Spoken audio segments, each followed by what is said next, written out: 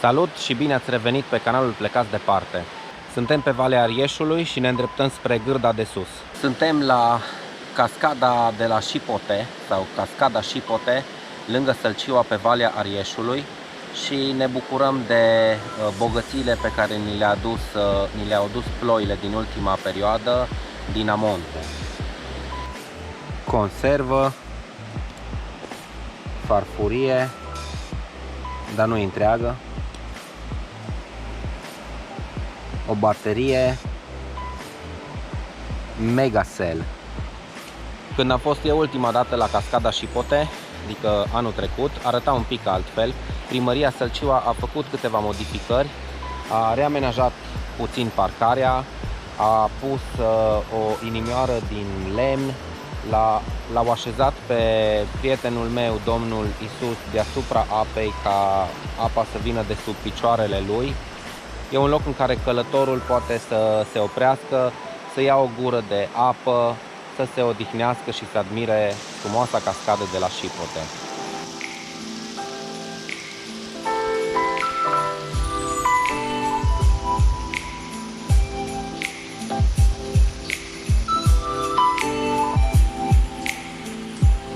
Au reamenajat parcarea, dar n-au pus nici măcar o toaletă publică. Probabil se gândeau că, în general, oamenilor le place foarte mult să meargă în natură, să binecuvânteze locul prin care trec.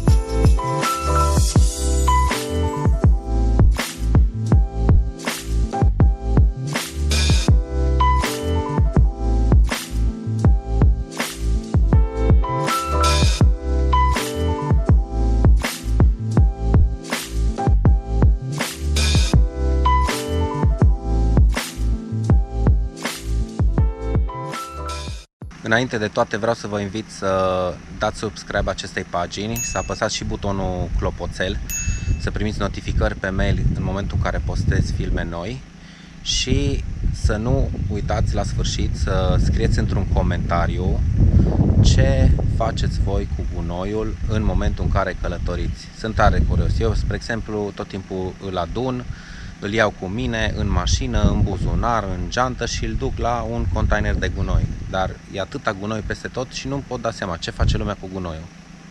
E duminică, suntem în Gârda de Sus, e târg și vom vedea locuri, oameni și natură.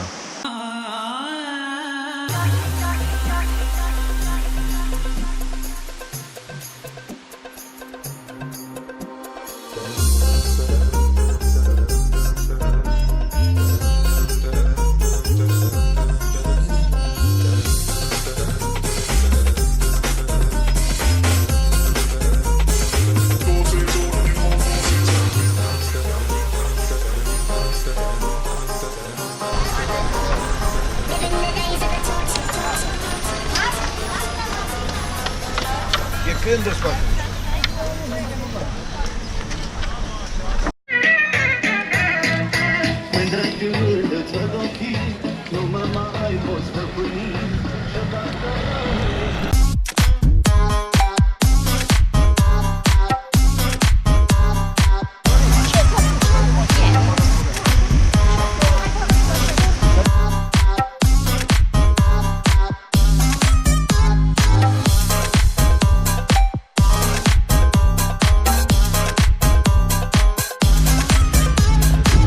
Bună ziua, se mai vând șei? Da? Am înțeles că era târg de animale și nu mai s-a închis, așa? No, bine.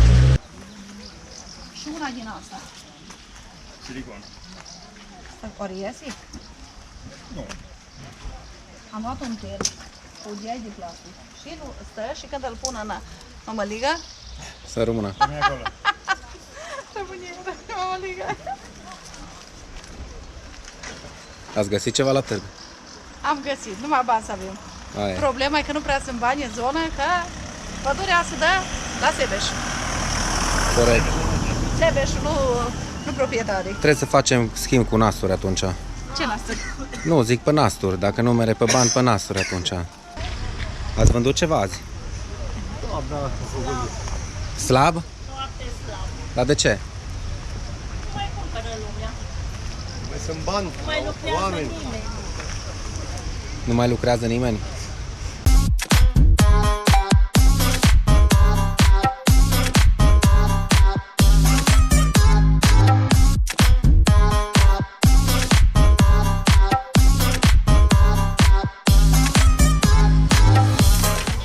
Sunteți din zonă?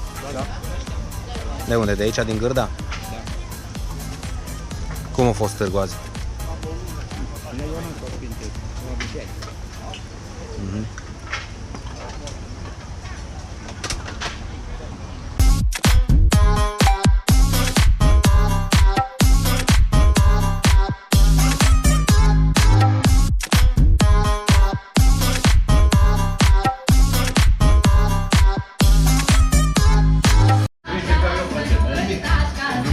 Oggi subito no. Calca preso.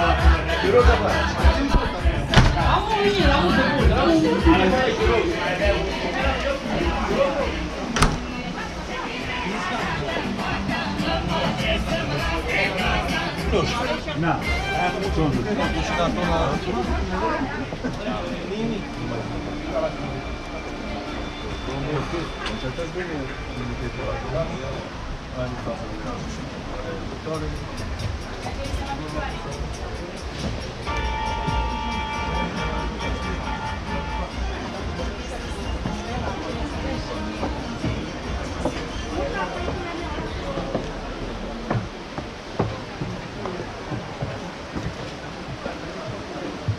Suntem pe drumul care merge de la Gârda la Scărișoara.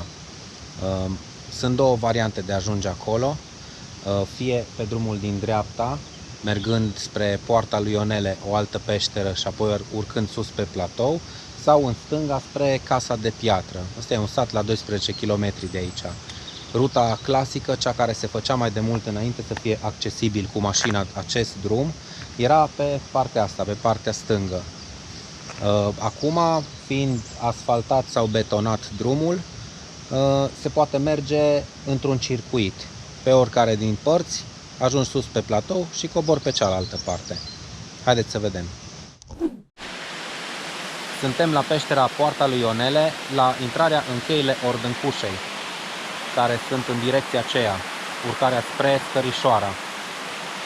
Peștera asta eu personal am mai văzut de mai multe ori. Acum e amenajată, se percepe taxă de intrare. În funcție de timp vedem dacă mai intrăm împreună sau nu.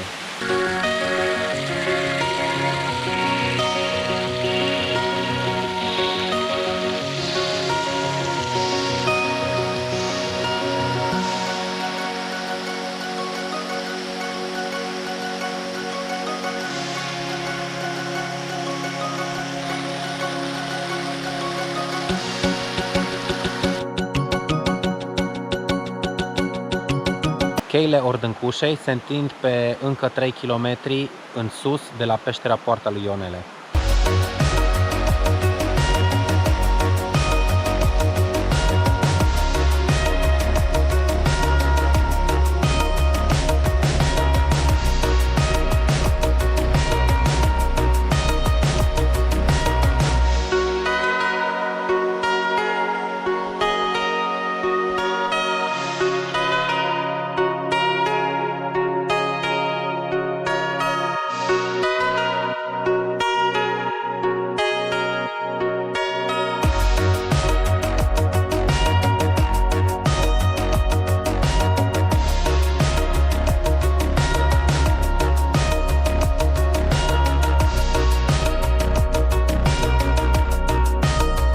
Venind din cheile Ordâncușei, la un moment dat s-a făcut lumină, dar nu la mod metaforic, ci din păcate un mod realist, tragic, din punctul meu de vedere.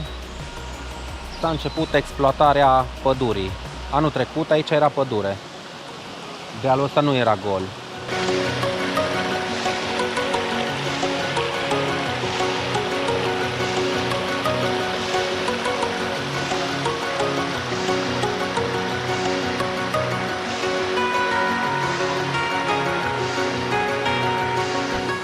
E foarte trist și ne mirăm că avem inundații. Nu-i de mirare.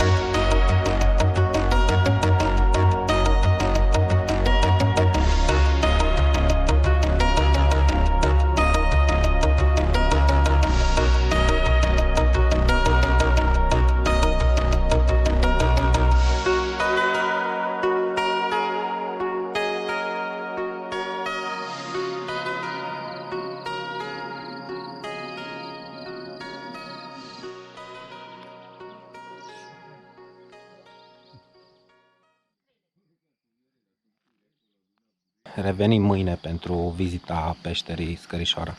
Dar nu pentru că magazinele sunt închise și le vrem deschise, ci efectiv că e târziu astăzi. Bună ziua! Bună! O cafea oare? Din Coce. Din Coce. Haideți.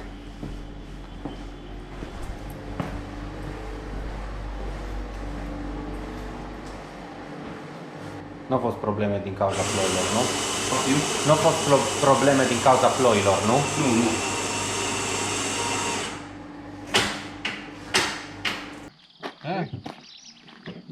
Bă, Lucian, ți dai la stâlp și tu.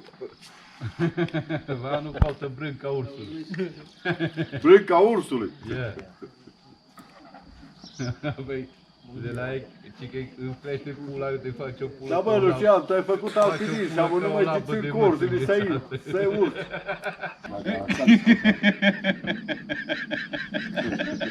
Și o minte copilărească. Dar îmi plăcea ca să fac antrenament, adrenalină. Lipsă de ocupație. N-aveai ceva? Nu. Ia, dacă te punea cineva să dai să o nimerești, nu o nimereai. Dădeam. Și la țântă. Și la țântă, că măcar n-am o fie experiență. N-ai făcut armata? Dar sigur. Aș putea să fiu Nu mai bei o bere de, te duci acasă? a putea tortărie, ci că și Nia Prean mă cinsti cu un ratiu că i s-o dus acoperișul aici să viu să-l ajut să-l pui. Și îi pus eu un sat de tărâți în robă. Nu l-ai văzut bătrânul ăla din 91 de ani? Haide, a treia cum să nu te ajut. Ziua Elieze, ia o bere. Câte feluri de veverițe îs? Păi sunt două, trei feluri. Avem măriuță, avem veveriță neagră și mai sunt niște veverițe care stau ascunse. Și mai este veverița maron spre negru care e albă la cât. Cum îi zice la aia? Măriuță, corcitură măriuță cu veverița normală. Am înțeles. Așa ca calul cu măgarul, un fel Da, de catâr. ca o denumire cu catâri, da. Ca și cu îs confortabil papucii. Foarte confortabil. Ăștia sunt olandezi, nu sunt neamuților. Păi corect. Nu din pădurile României. Ia. Numai lemnul. Nici lemn. Sunt și veveriță roșu cu negru. Da, sigur.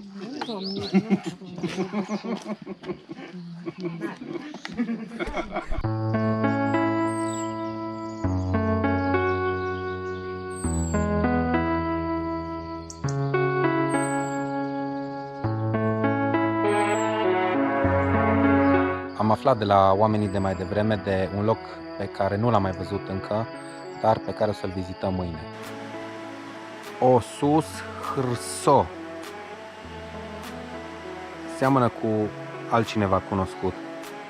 Pe malul râului Arieș, ca și pe malul oricărui alt râu din țară, e plin de bunătăți. de cadouri, de surprize lăsate de către cei care locuiesc în amonte. Iar pe partea cealaltă am observat de la Crăciun 2 brazi de Crăciun împodobiți cu globuri. Am revenit a doua zi pentru a vizita punctat obiectivele din zonă. Haideți să mergem!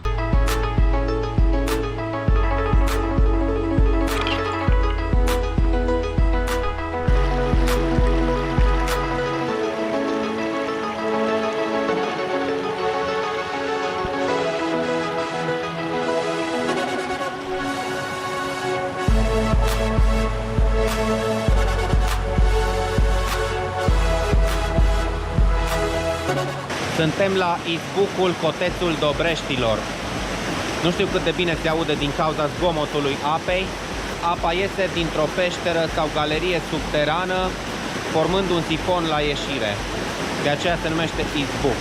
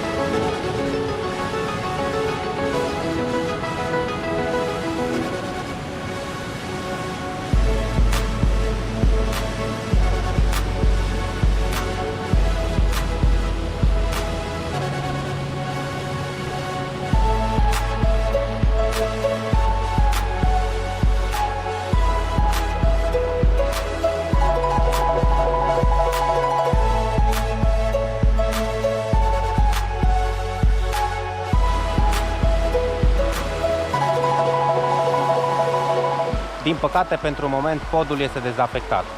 Eu o să-l trec oricum.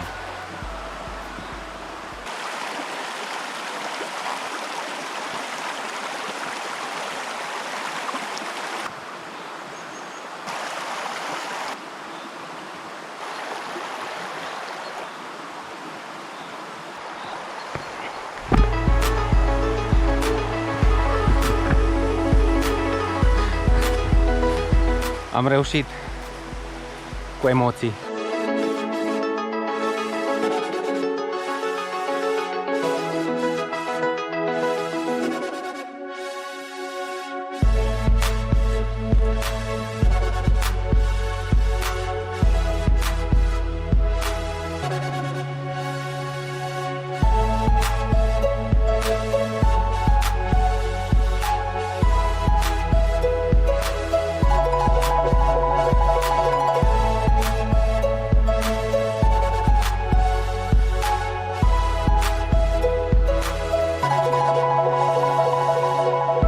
Acesta este izbucul Tăuz, un loc în care apa izvorăște din subteran, sub forma unui lac, la capătul unui sifon în formă de U. Scafandrii care s-au scufundat aici spun că e o serie de 3 U-uri care coboară în adâncuri. Primul, lac, al doilea, lac, al treilea, lac. Momentan nu s-a ajuns la capătul acestor sifoane. Cea mai mare adâncime atinsă este 85 de metri sub apă. Din câte știu, doar un scafandru și-a pierdut viața în izbucul Tăuz, la adâncimea de 80 de metri. Placa virgulă comemorativă care atestă moartea unui scafandru ceh sau polonez.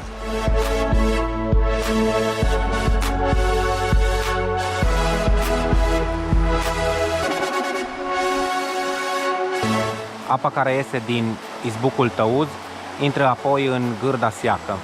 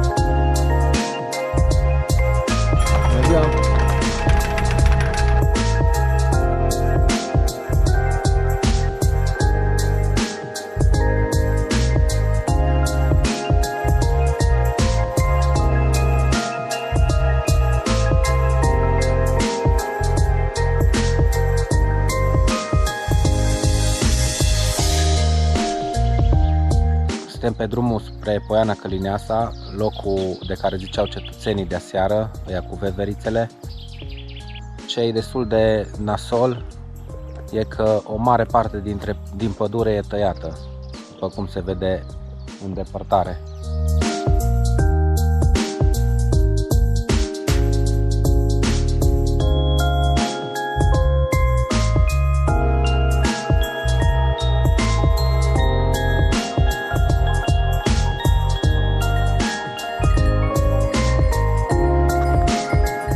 Salut! Ce faci? Ce mare ești! Cât un cal!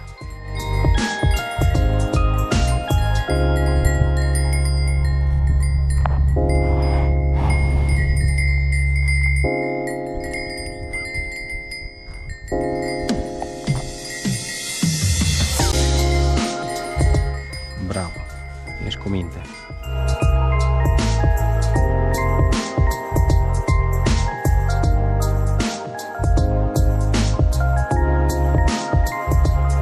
Vremea e schimbătoare și nu trebuie să aștepți mult și va ieși soarele. Asta dacă nu sunt ploi continue, ploi mocănești le spune, alea în care plouă cu picuri mici în continuu de saturi.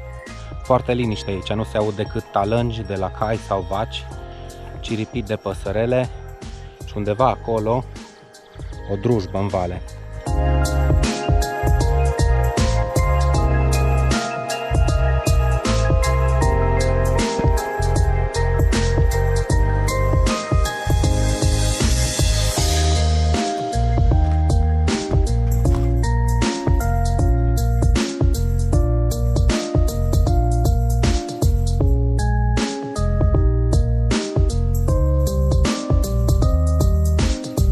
Foarte modestă de afară, dar plină de picturi pe interior.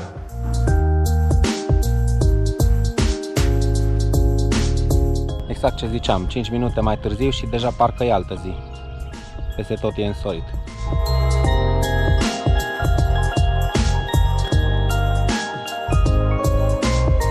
Voi, fetelor, ce mai ziceți? Tot așa? Ești mai îndrăzneață. De ce te uiți așa la mine? Cum? Ce faci acolo? Îmbracă-te! Te vede toată lumea.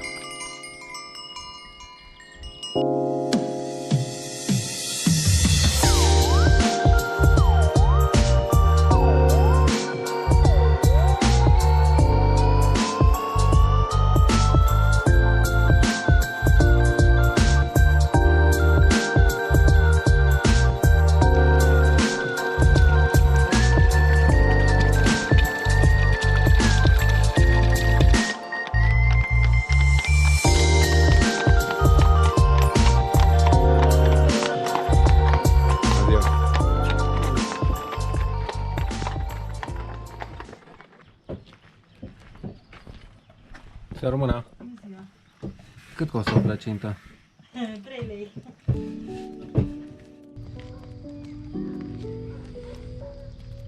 Mergem spre peștera Ghețarul de la Scărișoara. Avem câteva minute, nu știu, vreo 20 de mers pe jos, după care o să ajungem la intrarea în peșteră, plătim o taxă și coborâm în pământ.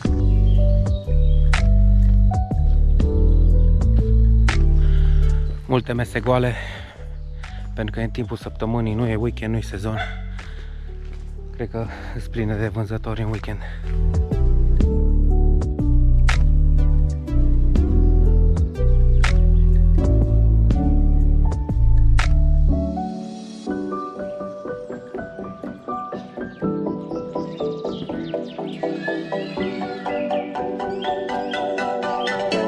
Peștera începe cu o coborâre de vreo 45 de metri într-un aven, are o lungime de 700 de metri și în total adâncimea de 105.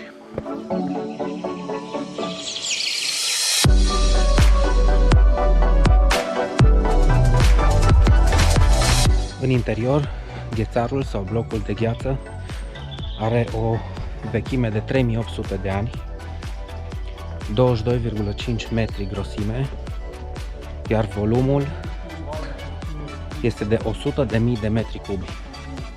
Nu se știe exact, dar unii consideră că este cel mai mare bloc de gheață sau ghețar subteran din lume. Acum nu știu ce să zic despre asta, că sunt țări ca și Islanda sau Groenlanda sau Antarctica, ca și continent întreg, acoperite total de gheață și locuri în care nu se știe ce e în subteran.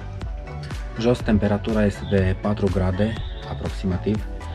Începe să fie răcoare, așa că o să mă îmbrac.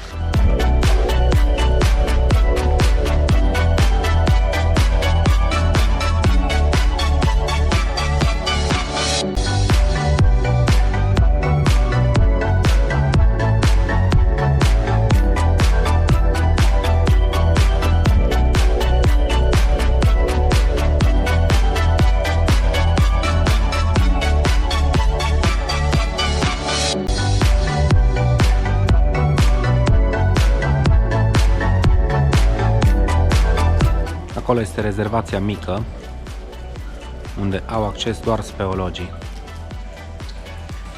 Am senzația că se degradează ghețarul. Ultima dată când am fost să-mi amintesc ca o parte dintre coloanele astea să fi fost mai groase și acum parcă sunt mai puține, adică sunt mai multe stalactite și stalagmite și multe bucăți de gheață căzute lângă fostele coloane.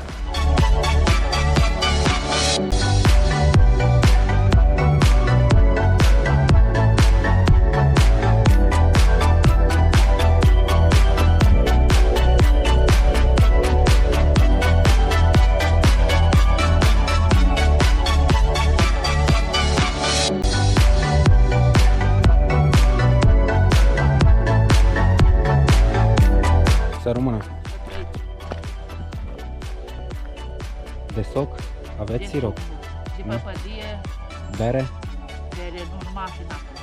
Mulțumesc.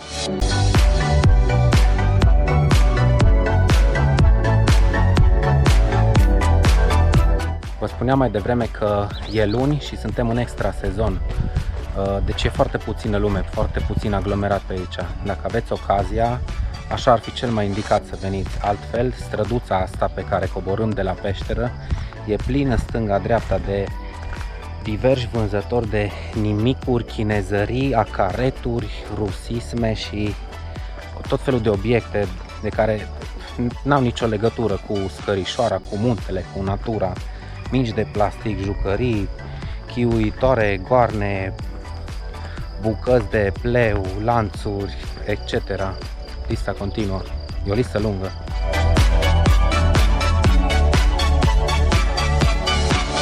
Cam asta a fost în linii mari zona Gârda Scărișoara. Sper că v-a plăcut filmul. Dacă da, dați un like. Dacă nu, nu dați nimic. Sau dați dislike, indiferent. Nu uitați înainte să închideți să răspundeți la întrebarea pe care am pus-o la început. Ce faceți voi cu gunoiul când mergeți în călătorii? Până la următorul film, aveți grijă de voi și călătorii cât mai frumoase. Salut! Ciao!